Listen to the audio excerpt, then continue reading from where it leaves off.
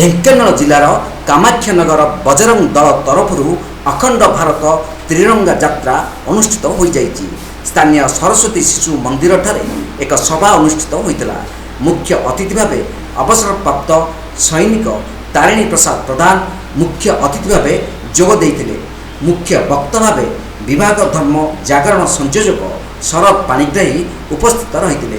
ସରୋଜକାନ୍ତ ବେହେରା, ଅମୀୟ ରଞ୍ଜନ ସାହୁ, ସଞ୍ଜୟ ରାଉତ କାର୍ଯ୍ୟକ୍ରମକୁ ସହଯୋଗ କରିଥିଲେ।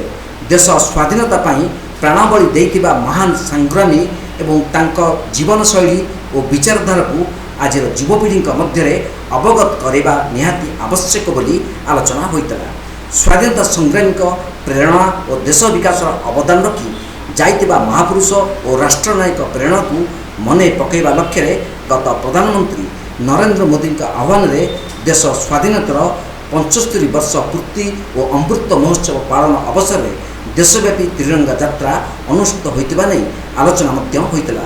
ଶେଷରେ ଉପସ୍ଥିତ ସମସ୍ତ କର୍ମୀମାନେ ତ୍ରିରଙ୍ଗା ଧରି ସହର ପରିକ୍ରମା କରିଥିଲେ।